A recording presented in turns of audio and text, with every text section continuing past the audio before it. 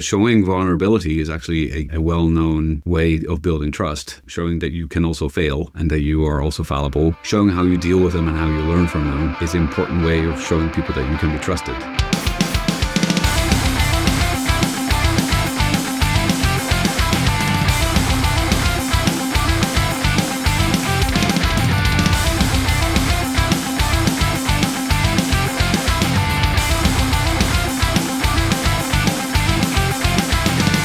What is going on, certified homies? Welcome to another episode of From A to B. You have Shiva, and I'm joined by one of my all-time favorite people, Lukas. Hello. You have to let me say your nickname before we start. I have a nickname? For the podcast people, they're like, what is Lukas doing? Lukas was smiling and just waving, and it was awesome. Lukas, do you know what your nickname is? I do not know. Lukas the Taco King Vermeer. I'm nobody's king. I'm not a taco king. I'm a taco aficionado, taco lover, taco friendly. I don't know. Connoisseur. I'm not a connoisseur. I'll eat anything, man. I'm not picky. I've never met anyone as obsessed in their quest to eat as many tacos in Austin as you. That was every other sentence was you talking about tacos. Either you were currently eating, you had eaten and you were telling me how good they were, or you were actively saying, where can we get more? Shiva, don't you like tacos? Are you taco hater? I am a taco lover. Okay, then, I'm just not a taco connoisseur just like you. So like, okay. So it's just so we can see eye to eye. Like, it's already getting heated here. I'm in the same boat. Is this like the first discussion point? It is. This is the first discussion point, but before we even see if we want to continue the conversation. Okay. Are you a hard shell or a soft shell? Definitely soft shell. I was a big hard shell guy, and then the soft shell makes it so much easier because when you take one bite of the hard shell, the whole thing disappears and you just have nachos. Yeah, it's a nightmare. Okay, so wait. So hands or knife and fork? Hands all the time. Okay, good. We're good. Yes. We're good. Okay, so we can continue the conversation. Yeah. I think we're generally aligned in the taco conversation. Taco lined. Beyond tacos, Lukas has... Your name is synonymous with experimentation, and I'm so happy that I get to talk to you about... I tried so hard making it synonymous with tacos, and it still failed. Damn it. Oh, it's a work in progress. We're getting there. This is so unhinged. Jesus. Okay, so obviously, Lukas Vermeer is one of the most iconic names synonymous with experimentation. If you know experimentation, you know Lukas Vermeer. You're a director of experimentation at Vista, booking.com person where case studies and everything talks about all of that. I texted you this before, and I wanted to ask you this because I was coming onto a thesis that I wanted to explore with you. And this thesis is, as you're building an experimentation culture, one of the most important things you need is not only stable leadership. Stable leadership was the thing that I'm trying to go towards. You need good leadership. Spoiler alert. You also need... Yeah, I flipped the order around.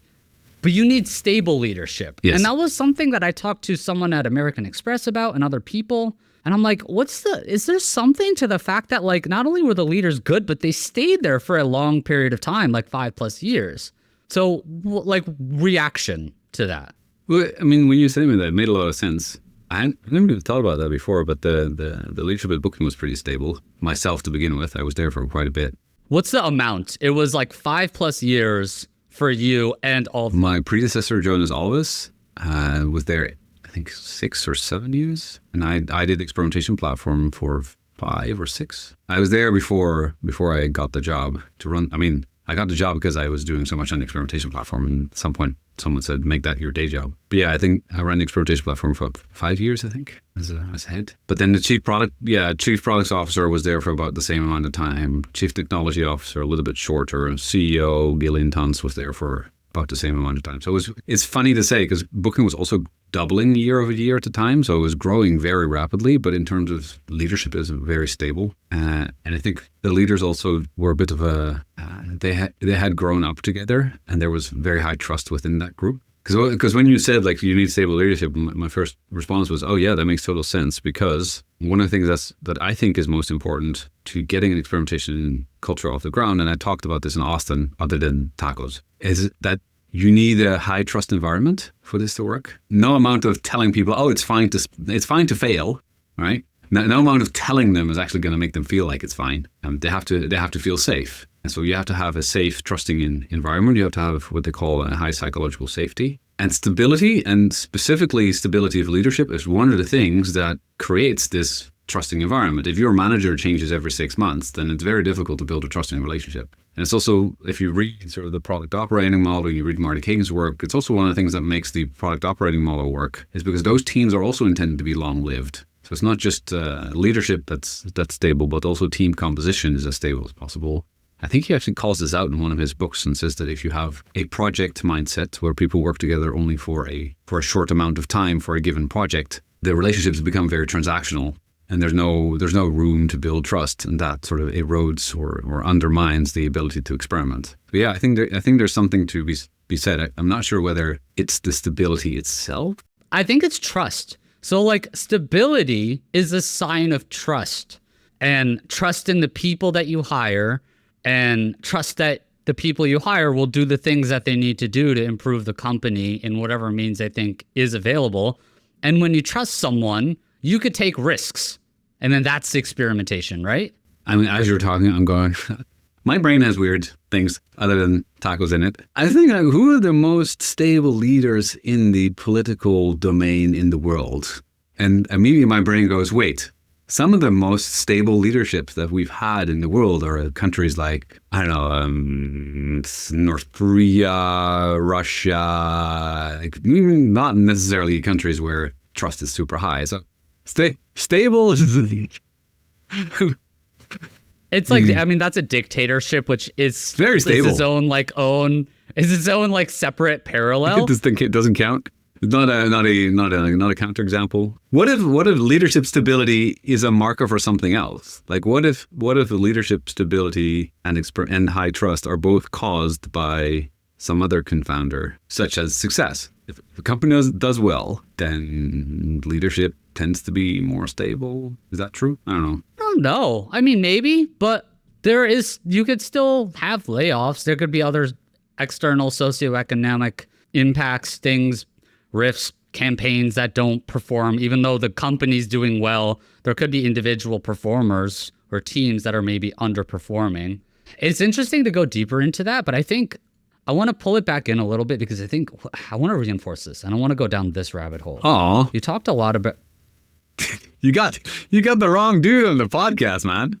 It's too meta of a conversation around this, and I really want to talk to you about the experimentation side of this more specifically, because like you talked about, like it's not just leaders. I came into this with a thesis of stable leadership equals growth and experimentation, but then you rightfully push back and you're like, it's not just leaders. It could be PMs, it could be engineering team, it could be cross-functionally within your domain or even below or above, like everywhere. It has to be stability everywhere.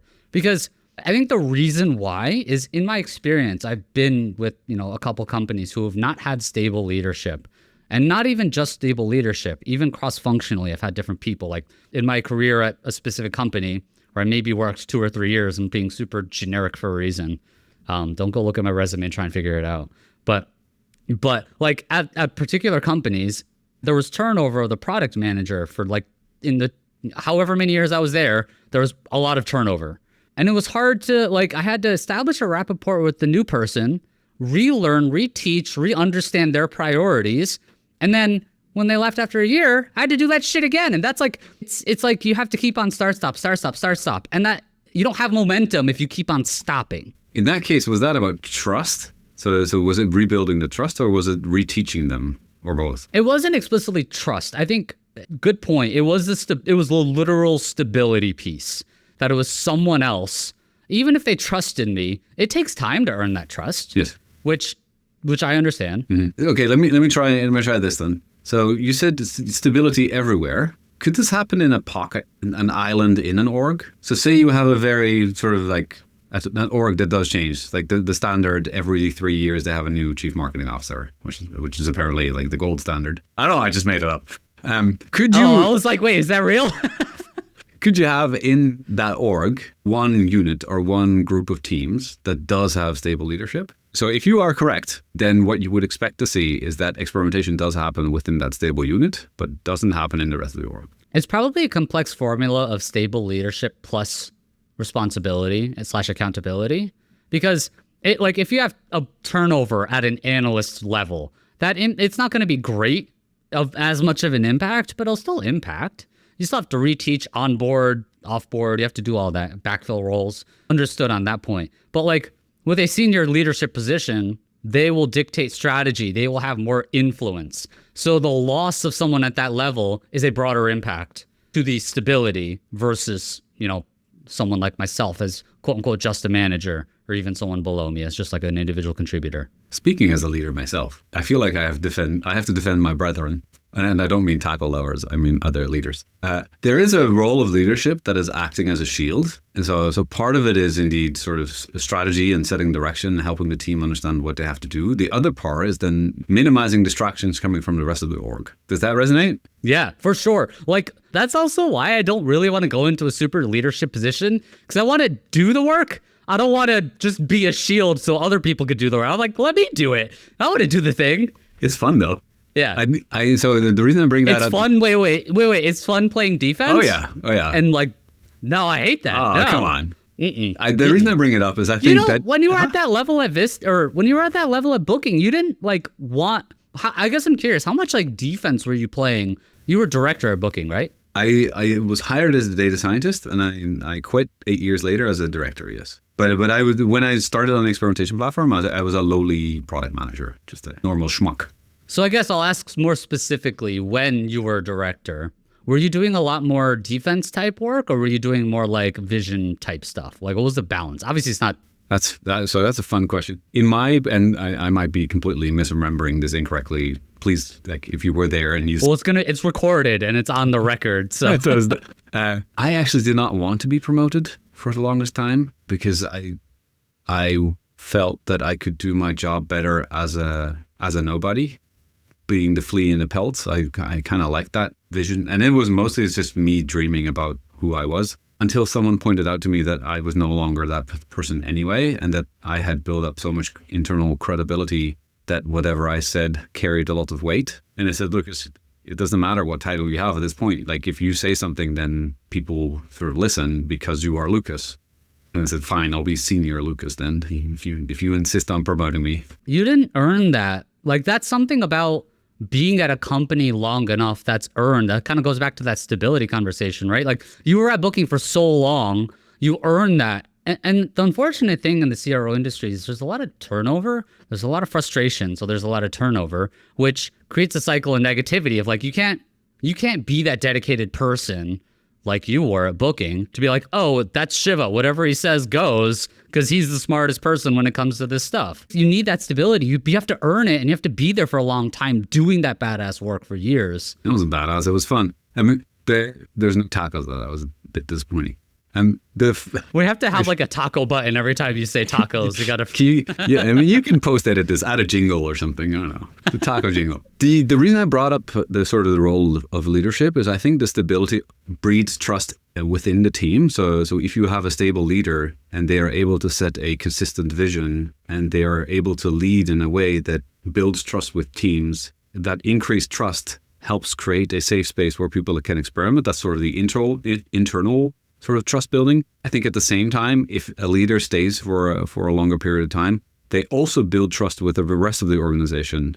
Being the shield or shielding your teams from stuff that is going outside of the team is much easier if you understand much better what's going on outside you in the organization, and you have trusting relationship with other people around you, so that you can, to your point, like, play defense. Because if you are thrown into a new organization, you don't know anybody, it's very difficult to protect the team. Do you have any examples of how you were able to protect the team from, you don't have to call out individuals, but protect the team from forces who are trying to not run experiments or dismantle the experimentation program? Generally speaking, like if someone either pushes back against experimentation or comes with a very strong directive, if you know like how they're related to other people around them, then you can have quiet hallway conversations with the right people. But that only works if you have a well enough trusting relationship with the people around them. They can sort of like sway them. If you're new, that's very difficult to do. Okay, I have a super interesting question. Is it about tacos? It's not about tacos. No. Press the button. You're killing me, man.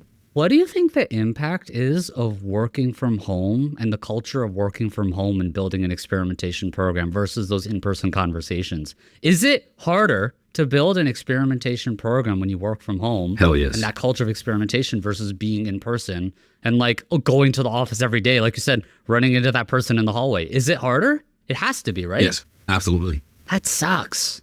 It's I like working from home. It's a trade-off.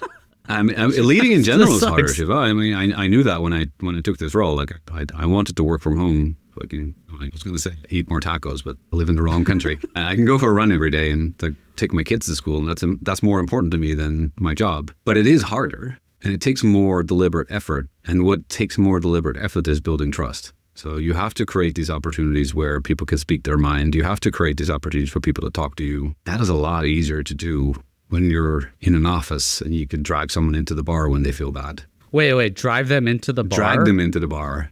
You look like you need a drink. Let's go have a drink. Okay, right. When I heard drive them into the bar, I was like, we don't condone violence here from A to B. What? I don't even know what that means. Is that a thing? Driving people into a bar? I don't know. I just heard drive and I'm like, that sounds violent. Yeah, no, that's not what I meant. I mean, Lukas, I don't know if you have like a Dutch Mafia or something behind you to get what you need to get done, but I do not. Maybe that's how you built the booking program. You just had the Dutch Mafia. Well, I mean, did you describe that as a Dutch Mafia? I did. No. We were texting about this. Yeah, no, that's in the book. So the leaders, all the leaders together. You were like, that was the Dutch Mafia. No. That is how you built the culture of experimentation. There's a book written about Booking.com, and it's interesting because it was written by a bunch of journalists here in the Netherlands so that meta. had no. There's a book about Booking.com. The guys who wrote it, like they didn't really have a good trusting relationship with the people who founded Booking. So they most of their information is actually secondhand and talking to other people around the company. They didn't actually talk to any of the founders themselves. So it's an interesting book. To give you a sense of how accurate it is, they misspelled my name. It was like, oh no. It's like, I don't know. I'm reading that book. I'm like, I don't know how much of this is correct, but that's definitely wrong. Unless there's some other Lukas Vermeer that's like spelled differently. Maybe, could be. I don't know. Anyway, so in that book, they talk about sort of this stable leadership that we've been talking about. One of the complaints that was coming from, especially the expats that were coming into the company, is that it was very stable and it was very Dutch. And so Booking was a Dutch company. It was founded by Dutchmen. So the leadership initially was very Dutch. And because they're so stable for such a very long time, people started complaining and saying, like, well, why are all these Dutchies running this international company? And they called the book, they call it the Dutch Mafia, which I think is funny because they were very far from mafiosi, like not mafiosi style at all. I don't think I've met a single Dutch person who has ever given me any sort of like negative or like and done anything besides smile at me and be incredibly outwardly happy and pleasant. That's because you talk to experimentation people, man. True. Very, very small sample size. That's not representative. I guess because you've hired the Dutch Mafia to make sure experimentation. Oh yeah, we make sure that you get a good impression of our country. Yeah, we don't leave anything to chance. Post-production Shiva here. If you're liking the content, please make sure you're subscribed, following on all the socials. We have YouTube, we have LinkedIn. I also created a newsletter. If you guys are interested in it, it's from A to B.beehive.com, BEEHIIV.com. There's memes, there's videos, there's skits. We're doing a lot of really fun stuff. It's all free. Just need your email so we could send it to you. Please subscribe. It'll do you guys, well, not you guys. It'll do me a huge favor if you guys subscribe. So we appreciate you guys. Let's get back to the show. I'm going to ask you a really loaded question. And I want to pull it back into like this conversation around stability of leadership and trust. So you talked about like you were able to establish trust by being there for so long. And trust was a big key word that you kept on referencing. What is something that can be done to grow the trust in either that person running experimentation or that process of experimentation? Because Booking didn't just start with, hey, experimentation, build a platform, do everything. Like it started from somewhere where it was a positive cycle of trust to build, to trust to build, to trust to build, right? I'm curious if you could give me this perspective more from someone who, you're at Vista. Correct me if I'm wrong. You kind of like built that program from the ground up, right? There was something here when I started. It wasn't from. I thought I was building it from the ground up. Turned out there was a rich history of experimentation at Vista. I did grow it though. Like, I mean, I was here to sort of make it go up. So I guess like I'm curious more from the perspective of like, Lukas, talk to Shiva.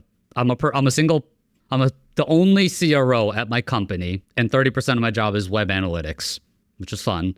What can I do to continue to grow trust and experimentation? My velocity is tapering off. I'm trying to make the cost of experiments cheaper by working with engineering, design teams. It's hard to test everything just because of our tech infrastructure, but we're not going to blow up the tech infrastructure because that's a lot of money and a lot of work for the payoff that I haven't earned the right to say we should do that yet. So like, talk to me. What would you tell me as a person to say like, this is what you need to do to improve the trust within you and with your program? Can I give people tacos? That's a good way of building you trust. You can do whatever you want. Okay, okay. I was sorry. like, No, I'll take it. I'm joking. I'll stop with the taco jokes. I mean, but that's probably actually like good advice, right? Like offer a metaphorical taco, right?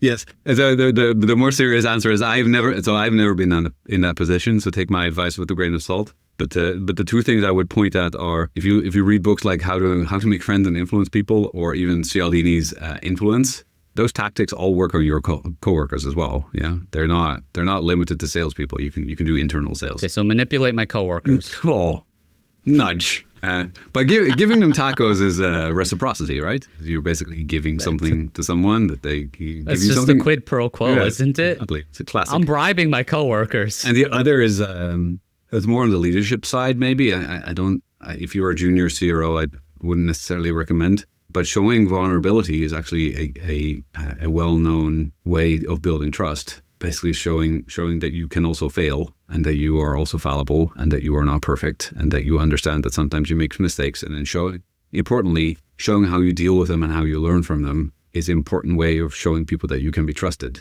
Now, both of these make me sound like a total Machiavellian manipulating bastard. I am in the lucky position where I do those things very naturally without really thinking about them in that way. Like I am an open book. Like I don't hesitate to point out my own failures. And I found that actually, ironically, it increases trust. And then I see others trying to hide their failures, and it undermines trust, which is ironic, right? Because people are afraid to fail, and then they don't show their failures, and as a result, they are trusted less. I think that's and there's. For the podcast listeners, Lukas is just looking at his bookshelf. Oh no, Radical Candor. That's the one. Radical Candor. Radical Candor. That's the book on how to manipulate your coworkers. Got it. Keep using that word. I'm not sure you know what that's like. I don't. I just like to make fun of people because I've gotten that feedback a lot from people, and it's like, be friendly with your coworkers and like talk to them and understand their problems and stuff.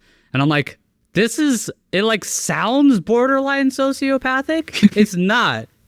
But don't tell me it's not close. It's only sociopathic if you do that with the express intent of like manipulating them because you want to get your way, and not if. What's my way? Build more experiments. I do want to get my way. You want to help them make the company better, right? And you believe that experimentation is a way of doing that.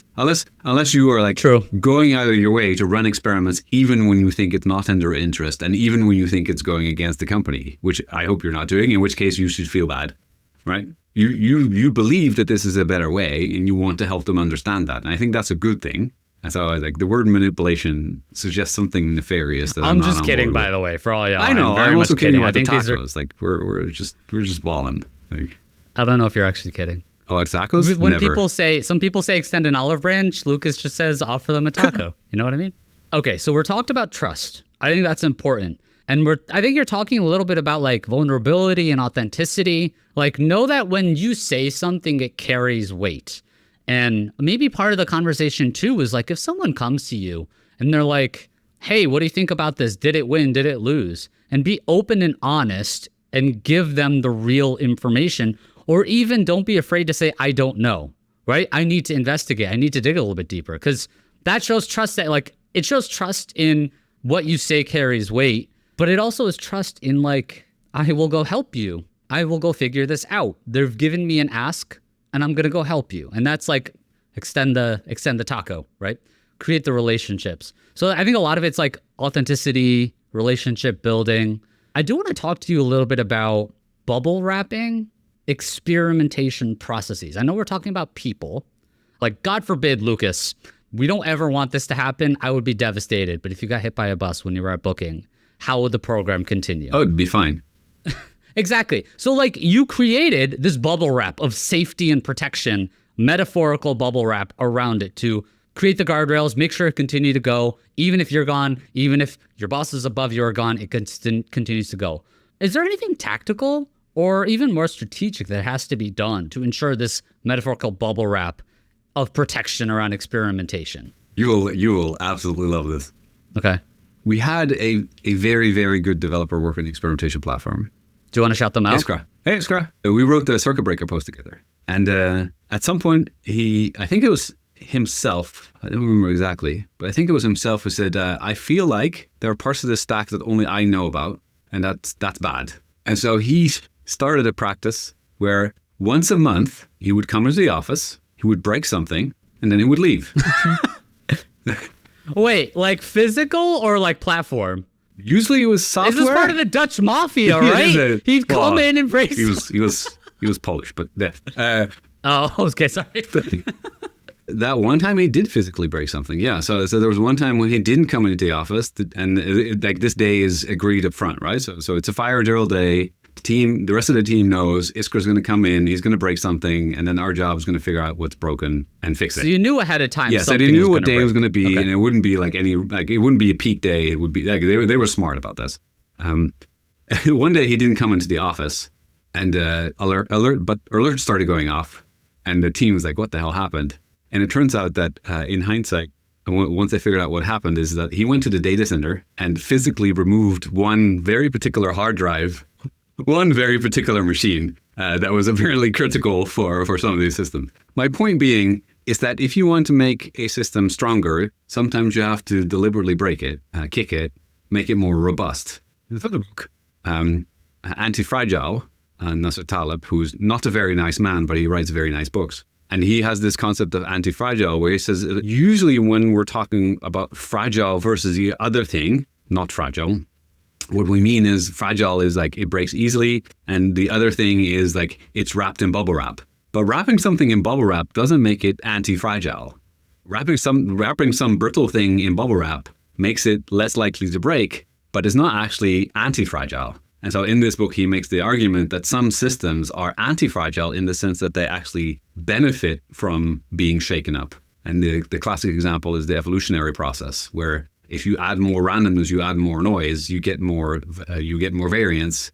Actually, the species will get better in a scenario where there's more variance. Whereas if there's almost no variation, then the species will get worse. Like, I don't know, like bred dogs, for example. You're talking a lot about resiliency, right? Yeah, robustness. And I think that's robust. Okay, another R word, robustness. That's the better word, 100%. Yeah, I like T words better, like tacos.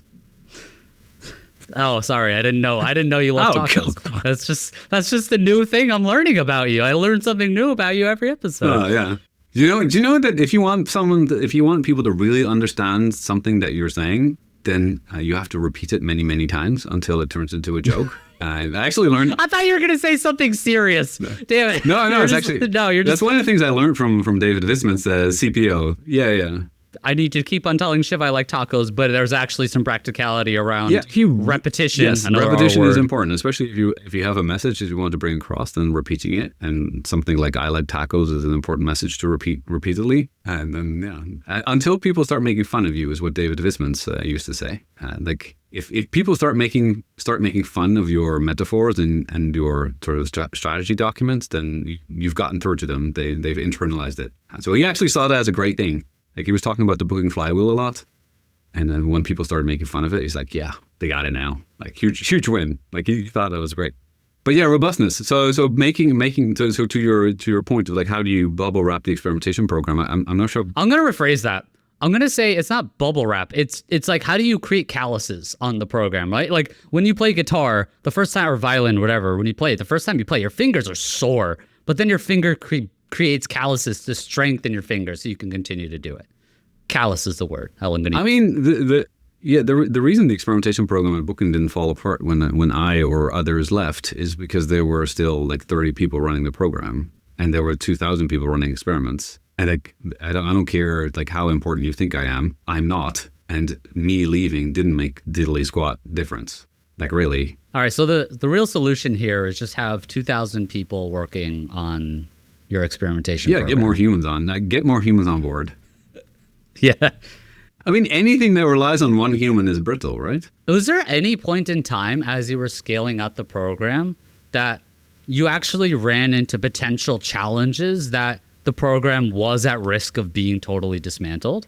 Completely dismantled? Or even just taking a hit, like you might have lost the battle. Your war was ultimately going to be won, but it was a big battle that you lost that you had to recoup from. Because I want to humanize the booking experimentation program build. Because I read all the white papers, I read all the stories. It's like booking built this dope shit, and it's dope shit. But like, it wasn't all sunshine and rainbows the whole time. It was a lot of hard work to get there. How'd you know that? It was totally all sunshine and rainbows and tacos all the time. Like, it was awesome. I loved it there. It was great. I think the funny thing is I was actually talking to people from Netflix in Austin at the conference, and we were all just bitching about like what all the internal customers were doing wrong, like all the mistakes they were making running experiments. And at some point I turned and I go like, so here we are, like two companies that are widely known for like very advanced experimentation cultures, and all we can do is like complain about all the things that are still broken. And he's like, yeah, because it could be better. I'm like, yes. You're a very optimization and mindset. And it was the same in booking. Yeah, every lunch break, the team would get together and we would all complain about all the things that were still broken. And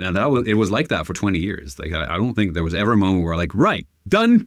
Now it's perfect. Let's go home. And so there's this constant sort of battle against this constant strive for improvement. But I don't think there was like. So there was never really like. Obviously, it wasn't sunshine and rainbows, but generally speaking, there wasn't anything like a major event or something that you had to learn from as you were growing the program. I was just curious if you had any like interesting stories to share of like failure where something broke, something bad happened, some leader came in and did a thing, and then this is how you adapted to it and made the program more robust, more strong, calloused it.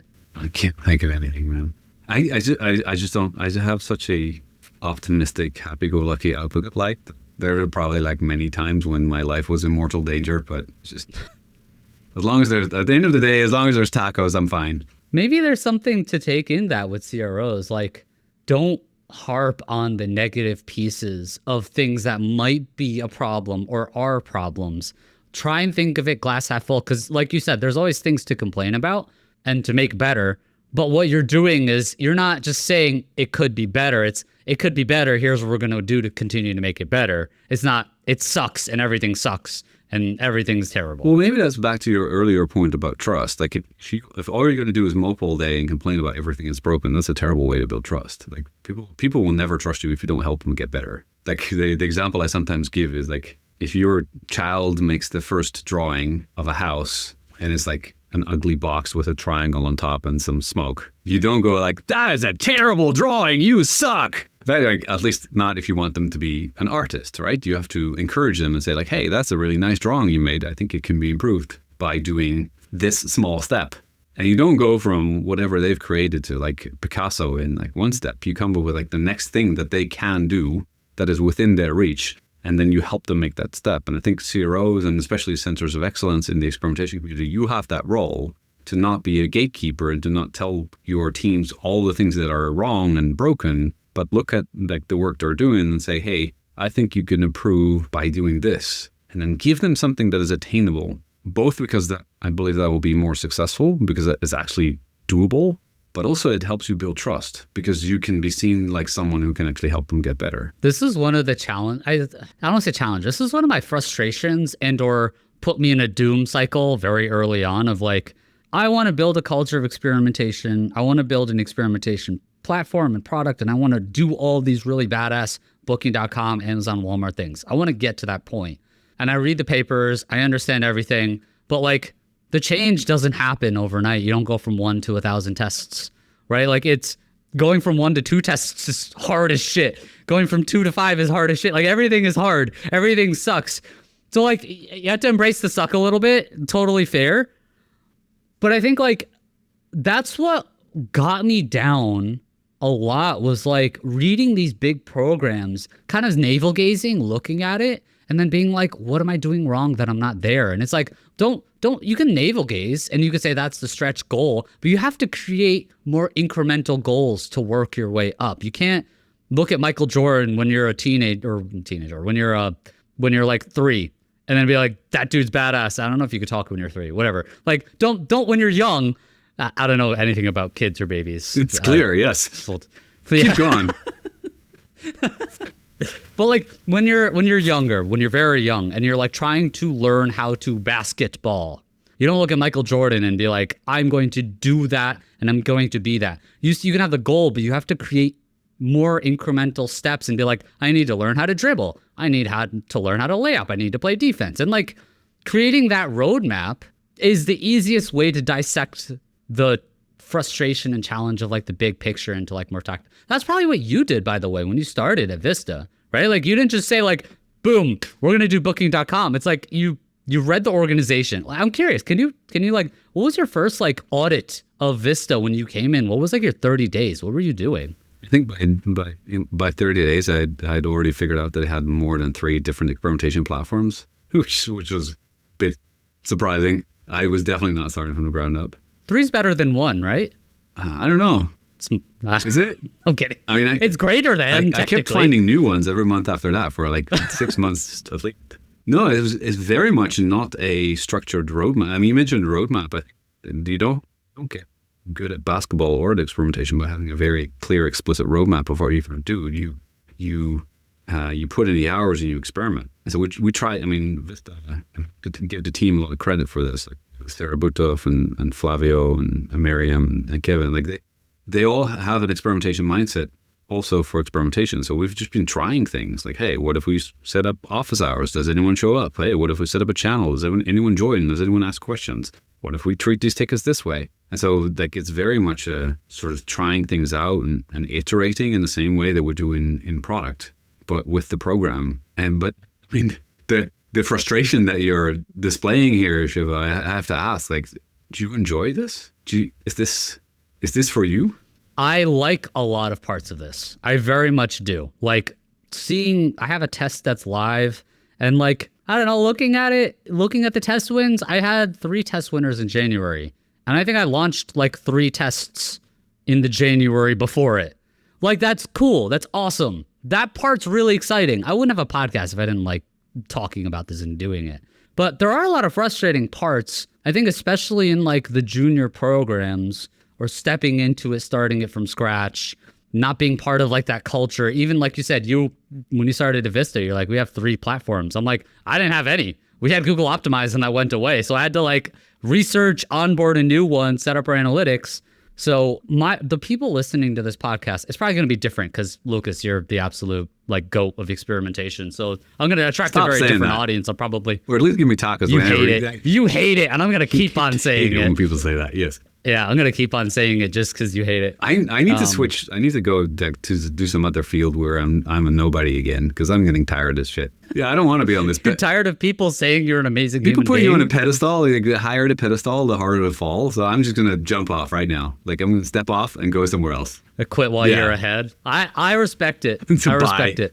You can all like do your own experimentation shit. I'm no longer part of this field. I'm going to do something else. I'm curious what that is. Like maybe you go to like Taco Bell and learn how to make tacos or something. I don't know. No, I'm going back to AI. That's what I'm doing. That's where I came from. And it's a great field now to be in. But yeah, that's a very good question of like, Shiva, you sound frustrated. There's a lot of frustrating parts, but I think there's a lot of really great parts about it. Like we talk about the insights, the learnings, like building communities. The community aspect of the experimentation community is like one of the coolest communities I've ever met. I got to meet cool people like you and Aaron and like awesome people. So I think there's a lot of like really cool parts about it. But I think the challenge that I have felt more than others is like looking at Netflix, looking at Booking, looking at Microsoft, and like they're so awesome. They're doing such amazing things. And then I'll reflect back and be like, I'm struggling to get a couple tests out this month, and that sucks. And I am approaching it from the same aspect of like you talk to the Netflix people of like, I could sit and wallow. I could be like, this sucks, everything sucks, leadership sucks, PM suck, my boss sucks. I'm not doing that. I have great employees. I have great coworkers, great bosses, great leadership. I'm taking it with okay, now I have a new challenge to solve for. And I think a lot of CROs actually are pretty problem focused and solution oriented of like, let's fix shit. Let's try and build and fix some cool shit. I'm sure you're the same way. Is that what you gravitated you towards experimentation? Because you were a developer first. And data scientist. Oh, I'm sorry, data scientist. I worked in their recommendations model. That's why I mentioned AI. Like that's my breeding ground. I love puzzles. I love like figuring things out. So not necessarily fixing shit, but sort of like, I don't know how this works, but I wonder if I can figure it out. And I think the Can I give you the biggest puzzle challenge of all? Oh boy. And this is probably a good point to start wrapping up here. What can CROs do when leadership is unstable? I'm not saying this is my position. I'll role play for a second and say, I am a CRO at a very toxic company. We've had 2 CMOs the past 2 years.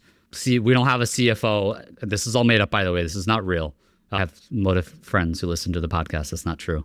This is all fake, but like in this fake scenario that I've created, Lukas, what would you tell me besides the obvious leave your job and find another spot? Damn it. That's fine. That's the easy one. You're not going to get away with it. But like, I'm the person who's at a company who the leadership is unstable and constantly having to, and let's say leadership and other peers, right? Like there's just a lot of turnover. What advice would you give me to try and callous the program so I could have less disruption when changes like that happen? It's another one of those questions where I'm the worst person to ask. So I honestly don't know. See, look, I love it. By the way, this is full circle because there's authenticity in, like we talk about be authentic, right? You're giving me a very authentic answer. Like, I don't know. It's like a non-answer. That fucking sucks. Right? Yes. I'm sorry.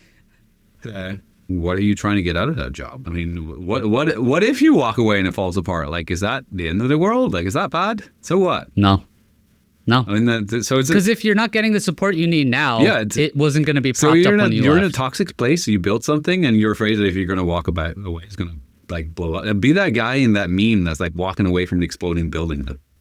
I mean, be cool with that. Yeah, I know it's such a challenging question that like doesn't have a clear answer. Even if you, Lukas, came in and you were consulting like my company growing the experimentation program, like there's still, there probably even still one in this fake made up scenario. Fake made up, I promise. I'm not just adding this as like a just kidding. It's almost wink, suspicious. wink. No, this is real. Mm-hmm. So it's real. Like, it's not. Fake. It's not. Don't get me in trouble, Lukas. It's not. So in this scenario, right, if you were consulting and you were telling me, you might not even have a clear answer. You might be like, okay, now that I've understood all the inputs, let's try these couple things. But it's not clear what to try without even seeing all the inputs and seeing what's happening. I think there's some good takeaways of like authenticity, build trust, prioritize establishing your name as like a household name at your company, which is not easy. But it requires building that trust, being someone that you can rely on. I'd say probably even going out of your way to like do things that aren't necessarily your job. Because then when people see your name all the time, like, hey, what does this guy do? What is he doing? That's what I did at Gartner. And like I started with the performance marketing team, but I scaled it out to like being the household name at just Gartner. Everyone's like, oh, that's CRO thing. Oh, is that Shiva? Yeah, Shiva. He's a cool dude. You should go talk to him. Right? Like it's not easy. But like, Did I tell you how I got the role at Booking in the first place? No, I would love to hear the story. So I was a data scientist, right? And then later I became a product manager for the ranking and recommendations team. So my official job was to figure out how we could make the ranking better. But I spent about 2 hours of every day reading and replying to every single experiment that was being run. So there was a mailing list where when you started or stopped an experiment, it would send an email. And I would just be like giving advice. I'm like, hey, I see you picked these metrics. I think you should add that one. That might tell you something about this theory. Hey, I see you stopped this test, but I think there's something going on here that's fishy. Maybe you should try this out. And so I was trying to help others by replying to every single experiment for, I don't know, like a year or something. And the funny thing is that I was very deliberately trying to be constructive because I realized it was probably super annoying for me to reply to everything. I was going to say, like, to play devil's advocate, if every time I posted a test, Lukas came in and was like, hey, did you know your experiment sucks and it could be better? I'd be like, you'd accomplish the exact opposite. You'd be like, I fucking hate Lukas. Yeah. Stop. I think I got lucky with the booking culture that I managed to get away with that. Yeah. We're kind of going full circle here now, right? Like, you have to know that it is a challenge if you're not in a culture of stability and trust and like self-serving. Like, you have the accountability and trust from the leadership and stability and all that stuff. It's going to be harder than not. Yeah. And you should know that going into it. I mean, the flip side here was that because I was reading everything, at some point I had read every single test for an entire year. And the amount of... How many tests was it? Oh, it was like 100 a week, man. 100 a week? Yes. What was your day job? Product manager. Like, I got all the time in the world. That's all right. I'm not going to touch that one. I mean, serious answer. The role of a product manager is to understand the role of their product within the ecosystem of other products in their domain. And this, like, reading everyone else's tests is a great way of doing that. Like, I learned a shit ton about how the rest of the organization worked and what all the product managers were working on. It sounds like you ended with, how can I work the least amount of time? And then you created a role that supported that end result. I vividly remember when Jonas Alves quit and went to work somewhere else. And at some point, I think it was David Brandon approached me and said, "Hey, we need someone to replace Jonas, and it's you." I'm like, okay, yeah, thanks. What an anticlimactic way to get a promotion. He's like, it was a lateral move. It wasn't even a promotion. Oh, it was? No, okay. He basically said, "Hey, do you want to make this into your day job? Like, you're already spending 2 hours a day on this shit. You might as well do it all full time." Every single experiment. I mean, I think the thing is, like, trust, like building trust. I mean, we're talking about tactics, but at the end of the day, it also requires putting in the hours. Like, you can't sort of give people like a taco and then pretend like that you suddenly have their trust. You also need credibility, especially in this space. So you have to have the trust, and you have to be credible that you are an expert in the domain and that you understand their point of view, that you understand their product. And especially experimentation is interesting because it's not sufficient to understand the data. You also have to understand, like, how the data makes sense in the context of the product. And so you have to understand what the data means, or at least try to understand what the data means. And I think that building up credibility there just requires you putting in the hours, man. Like, there's no cheat codes there. Like, I gave that example not only because it's a funny story, but also, like, I put in a tremendous amount of hours looking at many experiments of booking before I was even offered the role. So, Lukas, the last question I want to ask you is, how can you be credible without being annoying? Because we're talking about credibility. Like, in your case, I think I wonder if we got behind the scenes qualitative feedback from some of the people you were replying to. Oh, they would say it's super annoying. Some people probably thought it, but oh yeah, like, you should ask Aaron. Did you know my actual nickname? No. You said my nickname. Do you know what my nickname at booking was? What? Experiment Police. I love that. Wee. I love that. Someone's got to do it. Do you know how fast you were going, sir? You got to slow your velocity. Slow your velocity down. Okay, that's amazing. I love that. But I do wonder, like, what can you do? Because, like, the scenario I'm thinking of in my head is, like, credibility comes from talking a lot about the experimentation in a very polite way, flexing your knowledge and showing to other people that you know what you're talking about, not just in your domain, but cross-domain. You could help.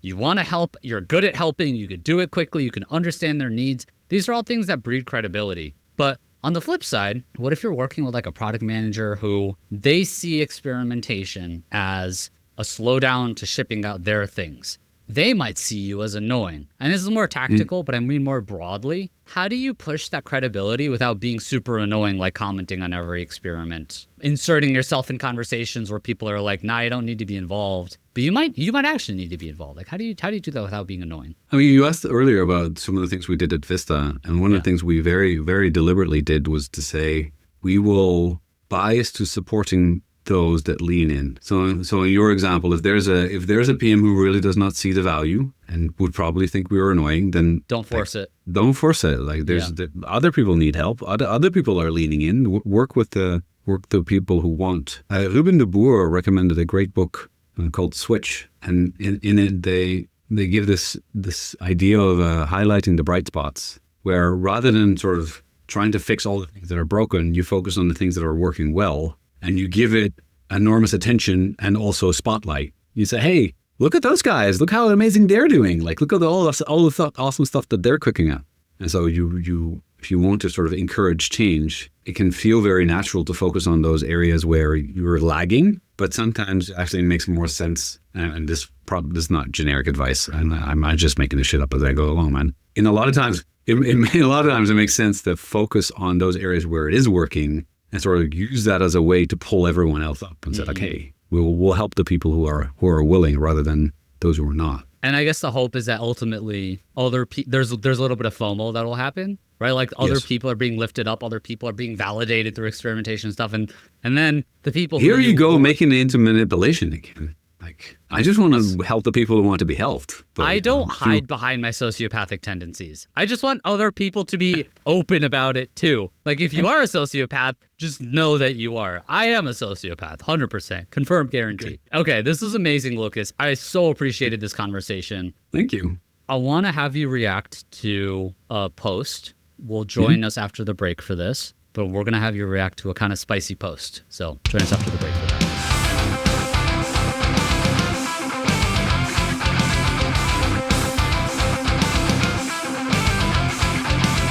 Okay, so here's the potentially spicy posts. Manuel da Costa, I was talking to him about this topic, just like I was talking to you about this topic. And then he came out with these words and saying, all of these bigwigs, Amazon, Microsoft, Booking, are seen as the gold standard. In my opinion, they're outliers and not the norm. So examples of Amazon and Booking would be akin to how to get rich quick by being like Elon Musk, where you ignore the fact that he was already wealthy and had a good start and his parents were super rich. Yay or nay? So it's partially true, but the analogy breaks down. So it's partially true in the sense that I do believe that Amazon, Microsoft, Booking, there are outliers. And I think a lot of companies don't operate that way. And to your point, like, they don't have stable leadership, or they don't have stable enough leadership, or mature enough leadership. So I think Manuel was right there to say, like, these are the outliers, and what works for them doesn't necessarily work for you. Where the analogy breaks down is that I don't know whether all those companies grew as they were experimenting. And I don't know what... Like grew business-wise, not like grew their experimentation program, but experimentation fostered the whole company. Yeah, they evolved together. And I don't know whether that is a causal relationship, right? So we can't prove whether Booking got big because of experimentation. There's a correlation or causation. But like, are these companies outliers because they were experimenting, or was that just accidental? And like, are we looking at some sort of like random fact that we think is... So like I said differently, would they have gotten there without the experimentation platform? Yeah, that's the question. It's a good question. And I think like, I agree with Manuel that these are probably, these companies are outliers, but they're outliers in the way that like Michael Jordan is an outlier. It's not meant to be a negative. It's meant to be like a positive. Like Michael Phelps is an outlier. He's just a freak of a human being who's just absurdly good at swimming, right? Yes, they're an outlier, and yes, some of the things that work for them, and especially things they write in papers, don't necessarily work for smaller companies, but it doesn't mean that you can't look to them and learn from them, right? You can look to Michael Phelps and go like, oh, that's an interesting way of swimming, or... He eats a cheeseburger every day at McDonald's, therefore I should eat a cheeseburger every day. Yes, no, that doesn't work. Learned. That does not work. Have you read the Promises of Giants? The faulty premise you have is that I read. Yeah, fair. He's a leadership coach, and he's a fascinating human being because he's born and raised in England, and he actually did say, hey, I want to play in the NBA when he was like tiny, and his mom's like, but the NBA is the United States, and he goes, well, then we go to the United States. And he actually did play in the NBA, so it's possible. Like, these people exist. I don't. What's unique about him that he shouldn't have made it to the NBA? This seems just like a normal story of like someone who really worked. I think it's the other hard. way around. If people make it to the NBA are the outliers. Most people don't make it to the NBA. It's a normal story of like someone who worked hard to achieve their goal of making it to the NBA. Yeah, except like, most of the people don't start in the United Kingdom, right? Okay, but like I don't know, like Luka Doncic didn't grow up in the U.S. Oh, fair. I know now you've got me. I don't know anything about it. Okay, I was like, wait, I don't understand. Okay, so I'm not trying to call you out, but I kind of did. Noted. I think so. Manuel's point is like shouldn't necessarily copy paste. Or and now I'm putting words in his mouth, right? But I think his point is you shouldn't copy paste what they do and think it works for you. And I'm fully on board with that. I agree with that. You should not copy paste what they do. You can look at them and aspire to be like that. What Manuel's saying is like they're outliers. And I think that's objectively correct. And I think you would agree with that too. It's outliers in a good way. The middle ground is it doesn't mean we can't not learn something from them, but it means we have to try and contextualize what they did to say, is this stuff that can apply to us or not? Yeah. You know, I talked to Ryan about the same, Ryan Locked at EPO, the same conversation of like, there's certain things that we can't learn from. And I get so frustrated when I hear or see LinkedIn posts about like, just build a culture of experimentation. And I'm like, that's like, just make a lot of money. And I'm like, okay, cool. That's so not helpful to anyone or anything in the conversation. But there's still, break that down further. Like we talked about this whole conversation, right? Like be credible, build trust. Hopefully you go into jobs with good leadership. And if not, maybe actively seek that out. I agree with Manuel that like they're outliers, but I do think there's something to like, don't take away everything, but that doesn't mean don't take away nothing. There's middle ground. Cool. All right, Lukas, this is way over, but I was so happy to talk to you about this. Likewise. Always this was a lot of fun. There's a lot of really interesting conversation all along the board. I was so excited to talk to you about this. And this was amazing. Thank you so much for doing this. Is there anything you want to plug? Any cool stuff you got working on? Any talks you got going on? Any books you're writing? Any movies you're acting in? People keep asking that. You know how, I talk to Aaron every once in a while. Yeah. I don't want to write a book. It sounds like hell. Like, hell no. Any podcasts you're creating? No, I don't need to. Hell yeah. I'll just go kick this over to my editor and we'll get this done. I'm the editor. I've got a running race coming up in 3 weeks. So. Hell yeah. What's the distance? It's 21K, half marathon. Okay. But I've got a ski holiday in the middle, so we'll see how that goes. My training is going to be. You stretch a lot before you do the half marathon and get good distance running shoes. Oh yeah, I have Ultra Touring 7s. They're really nice. Best of luck in your marathon race. Lukas, thank you so much for doing this, dude. This was amazing. I'm definitely going to have you on again. I got to figure out what the hell we're going to talk about next, but you'll definitely want to have you on again. I have a suggestion. Tacos. Of course. Always. I don't know how many people. Leave a comment if you guys want us to do a totally taco recommendations, please. Taco podcast. Cool. Lukas, thank you so much. I appreciate this. Thanks, Shiva.